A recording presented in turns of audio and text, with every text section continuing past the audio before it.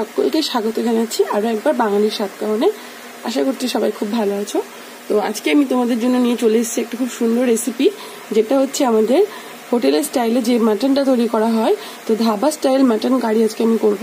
তো তার জন্য আমি এখানে প্রথমেই নিয়ে নিয়েছি মাটন, আর এখানে মাটনটা আমি নিয়েছি প্রায় 300 গ্রাম মতো। আমার এখানে কিন্তু মাটনটা নেওয়া আছে। আর যেহেতু আমার গলার একটু প্রবলেম আছে, আমার ঠান্ডা লেগেছে, যার জন্য আমি কথাটা ঠিকঠাক বলতে পারছি না। তো তোমরা একটুখানি কষ্ট করে বুঝে নেওয়ার চেষ্টা করো, কেন কি আমার একটু প্রবলেম হচ্ছে গলায়। তো আমি এখানে 350 মতো মাটন নিয়ে নিয়েছি। আর এইভাবে প্রথমেই আমি এখানে একটা বাটিতে টক দই নিয়ে নিয়েছি। দেখো, এই টক দইটাকে আমি একটুখানি ফেটিয়ে নেব। এখানে আমি 350 গ্রাম মাটনের জন্য 2 টেবিল চামচ মতো টক দই নিয়েছি। তো এই সম্পূর্ণটাই আমি এর মধ্যে অ্যাড করে দিলাম। এর সাথে আমি অ্যাড করে দিচ্ছি, এখানে আমি একটা পেস্ট তৈরি করে রেখেছি। এখানে আমি নিয়েছি 1 টেবিল চামচ মতো জিরে, তার সাথে নিয়েছি 8 থেকে 10টা মতো রসুন, আর এখানটায় আছে এলাচ, লবঙ্গ, দারচিনি দুটো করে, তার সাথে 2 শুকনো লঙ্কা আছে, আর আদা আছে 2 ইঞ্চি। আর কিন্তু এর মধ্যে কিছু নেই। তো এবার এই সমস্তটা আমি দিয়ে দিচ্ছি।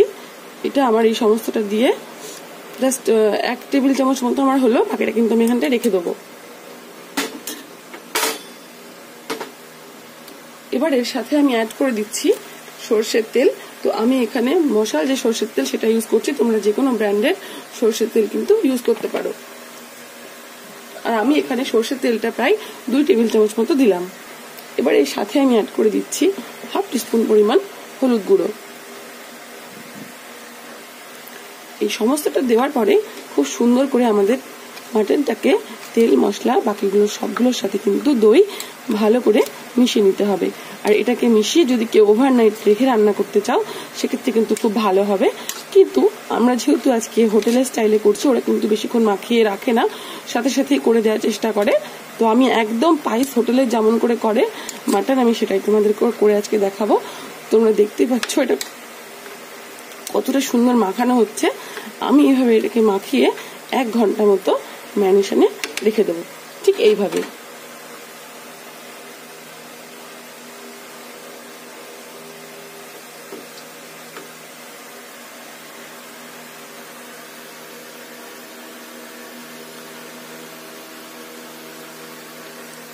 ঠিক 1 ঘন্টা মতো এইভাবে ম্যারিনেশনে থাকবে। দেখো, কড়াইটা আমি চাপিয়ে দিয়েছি। প্রথমে আমি কড়াইতে দিয়ে দিচ্ছি 2 টেবিল চামচ পরিমাণ সরষের তেল। এটা একটু গরম হওয়া পর্যন্ত আমি ওয়েট করব। এবার এর সাথে আমি দিয়ে দিচ্ছি 1/2 চা চামচ মতো মাখন। এবার দিয়ে দিচ্ছি একটা শুকনো লঙ্কা আর 1/2 টিস্পুন মতো জিরে।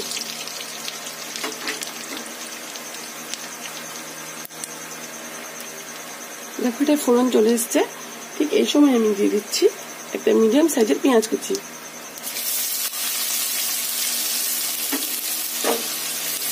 একটু ভাজা ভাজা করে নিতে হবে।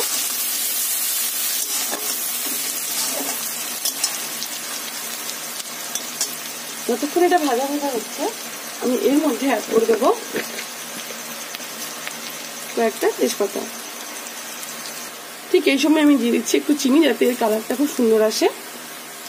পেঁয়াজটা ভাজা ভাজা হয়ে গিয়েছে। ঠিক এই সময় আমি দিয়ে দিচ্ছি আমাদের বাকি তৈরি করে রাখা পেস্টটা।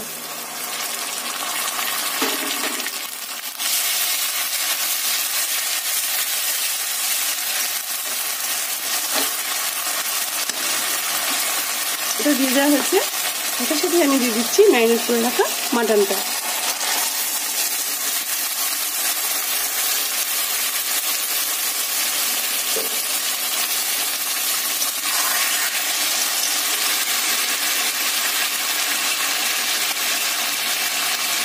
এর সাথে আমি অ্যাড করে দিচ্ছি 1 চামচ মতো ধনে গুঁড়ো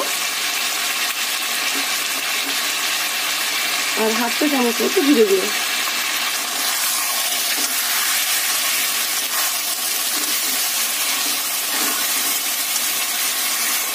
এবার এর সাথে অ্যাড করে দিচ্ছি কিছু কারি পাতা দিয়ে এটাকে আমি খুব সুন্দর করে কষাবো। আমি এটাকে ভালো করে কষাবো যতক্ষণ না তেলটা মশলা থেকে ছেড়ে আসছে।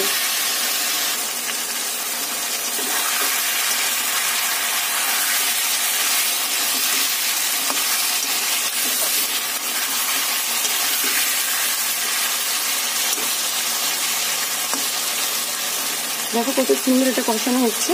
আমি আরও এটাকে 5-6 মিনিট মতন ভালো করে কষে নেবো। এবার আমি বাটিটা ধুয়ে একটু জল দিয়ে দিলাম। ঠিক এই সময় আমি দিয়ে দিচ্ছি 1/2 টিস্পুন পরিমাণ হলুদ গুঁড়ো। এটা আগেও দেওয়া যায়।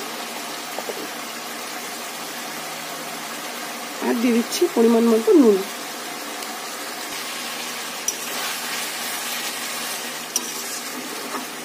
দেখো মাটন একটু সুন্দর একটা কালার চলে এসছে মাটনটায়।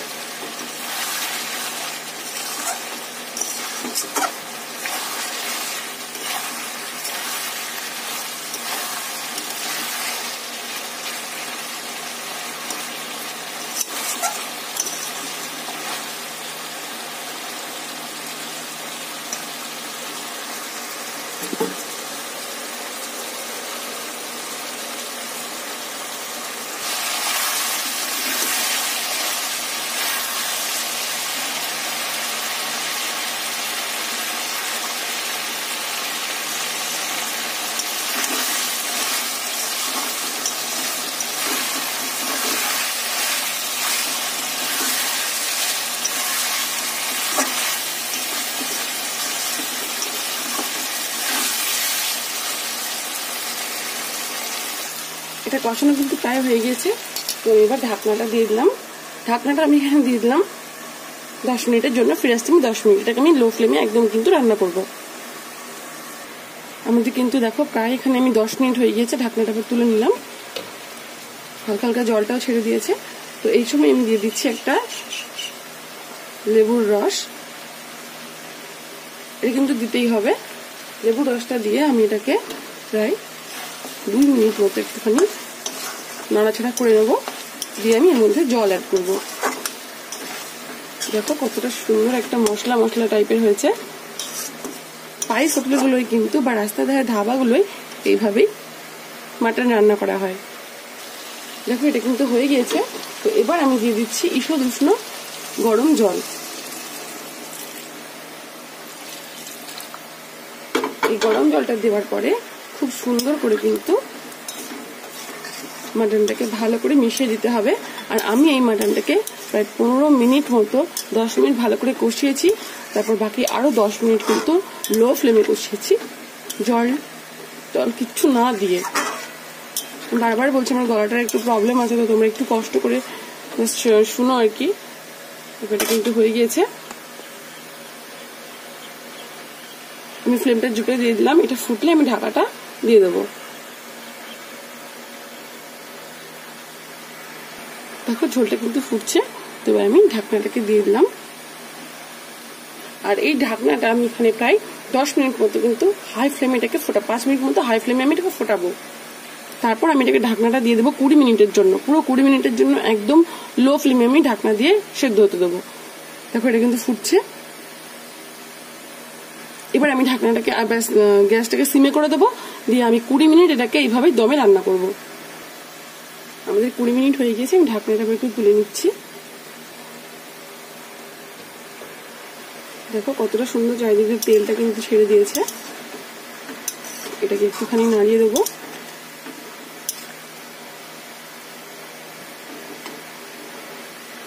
এটা কিন্তু এখনো হয়নি, এটা আরো কিছুক্ষণ হবে।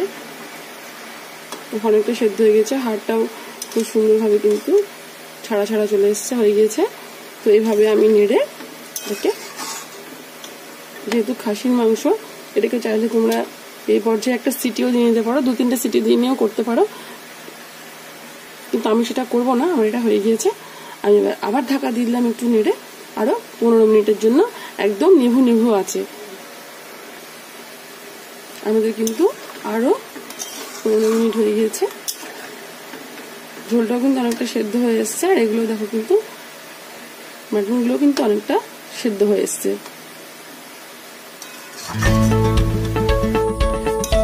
আমাদের রান্না কিন্তু একদম রেডি।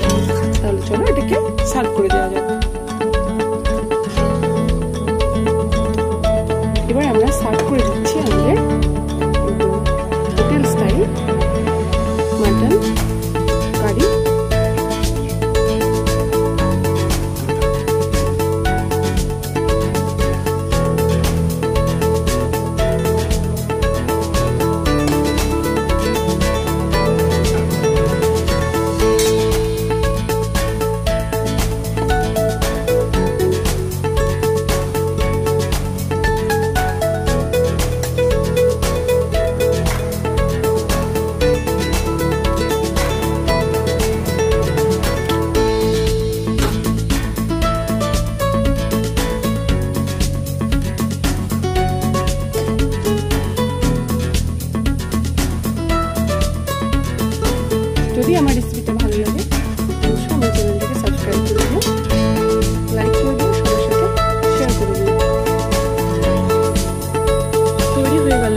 হালকা স্বাদের খুব সুন্দর একদম হোটেল স্টাইলের মাটন কারি। অবশ্যই সাবস্ক্রাইব করো, লাইক করো, সবার সাথে শেয়ার করে দিও।